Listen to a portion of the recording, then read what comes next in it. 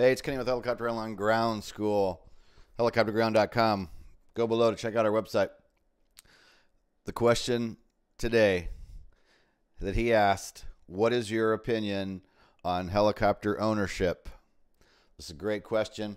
I want to read it to you. This is from MacFan999. He said, love the daily videos. Thought I would shoot you a question. What's your advice on helicopter ownership? Is it something that's doable for the average Joe, or do you need to be super rich and have unlimited funds?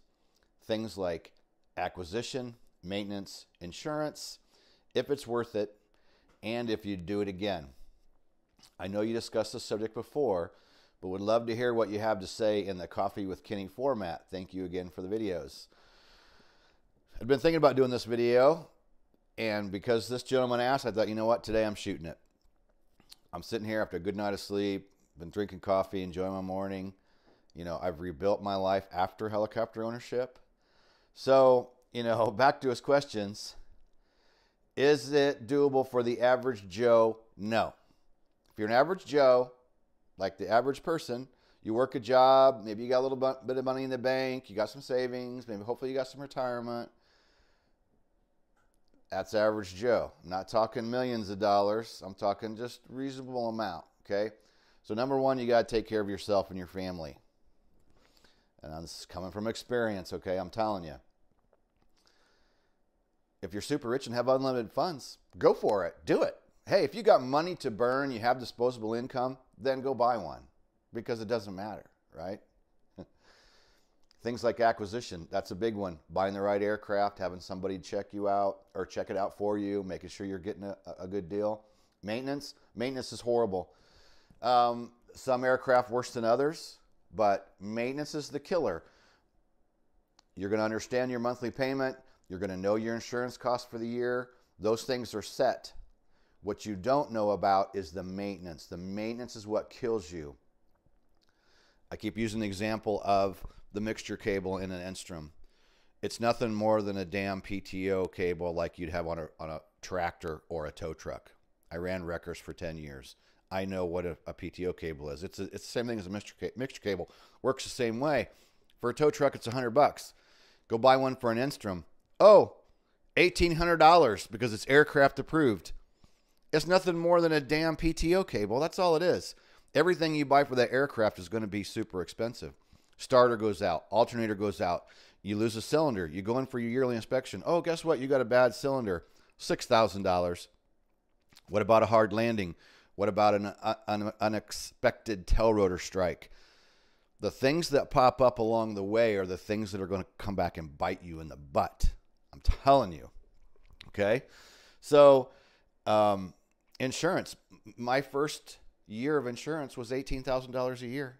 And I was an experienced CFI with a lot of experience, and the company insuring me, I was a check airman for that company. I could provide any one of their aircraft or a whole series of aircraft by a manufacturer. This was their preferred insurance company, and it was $18,000 a year for insurance. How many flight hours do I have to be out there with a student to make back just $18,000 for insurance? Helicopter payment, $2,000 a month. Think about what you have to make per hour when that thing flies in order to make your money back. The average Joe question, I get to see them a lot from people where they tell me, I'm not wealthy. I'm an average Joe. And I work for so-and-so, but if I buy this aircraft, it's going to help me get my training, and I can lease it to the local flight school, and they're going to pay me so much per hour. There are so many things that can go wrong with that situation. Someone else operating your aircraft, you're depending on them to take care of it. Again, what happens when it gets damaged? What happens when the cylinder goes bad? What happens when they back the tail rotor into the side of the hangar and now you need a tail rotor and a new gearbox? Maintenance is what is a killer on a helicopter. It is just what absolutely kills you. That's my opinion. It sounds good on paper. Oh, Kenny, I've done the math. And if I charge this much, well, you know what? The wealthy guys that talked me into buying one, they did the same thing. Oh, but Kenny, look, we've done the math. Oh, this is look at how much money you can make. I had a business plan. I had it all planned out. It all looked beautiful. Oh, life was gonna be grand. 4 years after ownership, I was broke. Everything gone. When I first started, I was operating a helicopter company, and I bought this helicopter, and I had to get together at the airport and invited the general public in. And this one gentleman comes up and starts talking to me, and he's like, "Don't ever fall in love with your helicopter." And I'm like, "What?" And he goes, "I'm telling you from experience, don't ever fall in love with your helicopter." He goes, "And what I'm telling you is, okay, you got this new business and you're starting out. That's all great and dandy." But he goes, "The minute that things don't go the way that you see or you expect it to go or you want it to go, get out." Because, you can, basically was just pre-warning me that you could lose everything. And I'm like, "Oh, yeah, sure. Hey, yeah, I'll be fine." 2 years into the 4 years, as it was draining my savings, as I was trying to make it go, he's 2 years into it. Things aren't going so well, right? I'm trying, I'm promoting, I'm making videos, come fly with me. And a smart, one of my good friends who hangs out at the airport, retired school teacher, done well for himself in life, past aircraft owner, doesn't own aircraft anymore.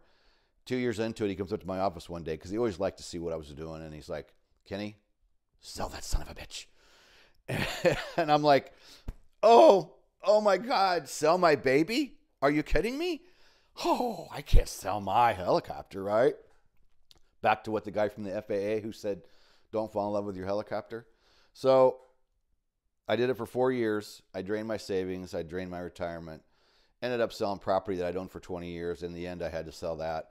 I started 7 years ago. I was with nothing. I was in my late 40s with broke, living with family, driving my sister's car, borrowing money to get to the airport, for gas to put in the car that I didn't even own. I've rebuilt my life, but it's taken 7 years to rebuild. And I had a lot of debt to repay. In the end, I was $250,000 in debt. Telling you, 4 years of running one. It's my experience. If you have the money to blow, you have disposable income, you've got money that you can take care of any problem that comes along, engine, transmission, gearbox, whatever, and you're not going to hurt your family, you're not going to hurt yourself financially, then go ahead and do it. But if you're the average Joe and you know what I'm talking about, you make an average salary, you got a little bit of money saved up, but not a lot, don't do it. So that's my opinion. 7 years later, I've rebuilt my life, and will I ever own another one? I highly doubt it. If I do really well over the next 5 or 10 years, but then I'm going to be taken away from retirement, and I highly doubt I ever do it again. The aircraft we use now are owned by other people, and it's a great deal because we help them pay their insurance and put some money in their pocket to help pay for maintenance, and we have an aircraft to use. But like last weekend, I took my daughter up. I wanted to go fly, take my daughter up. She hadn't flown in a while. It was a nice day. I go to the airport. I go out, fly the helicopter for an hour. When I get done, I write him a check, and I go home. If the helicopter breaks, this particular owner, I told him in the beginning, I'm like, buy one if you want, but just be prepared. Same speech I'm giving you all now. And, he just kept going, whatever, whatever. Well, already just in, since October, he was like, "Man, I had to buy new tires, to push it in and out before we had a dolly for it to use." Man, I'm starting to feel what you're talking about. And he was freaking out over what he paid over just a set of tires. Stupid little tiny round tires to push the helicopter in and out. Paid huge money, So it happens every time. I've helped a lot of people buy their own aircraft, usually wealthy. And even those guys will complain. Once they buy it, then they come back to me and start going, "Oh my God, I spent this. And oh my God, I spent that." And I always tell them, look, I told you up front. I pre-warned you. I said, they're expensive. And whatever the math is comes out on paper. A helicopter manufacturer, let's just make up, Joe Blow Helicopters Incorporated. Buy our helicopter. It operates for only $171 an hour. Whatever that is, double it. Because they're giving you the best case, absolute best case scenario for what that aircraft is going to cost you per hour.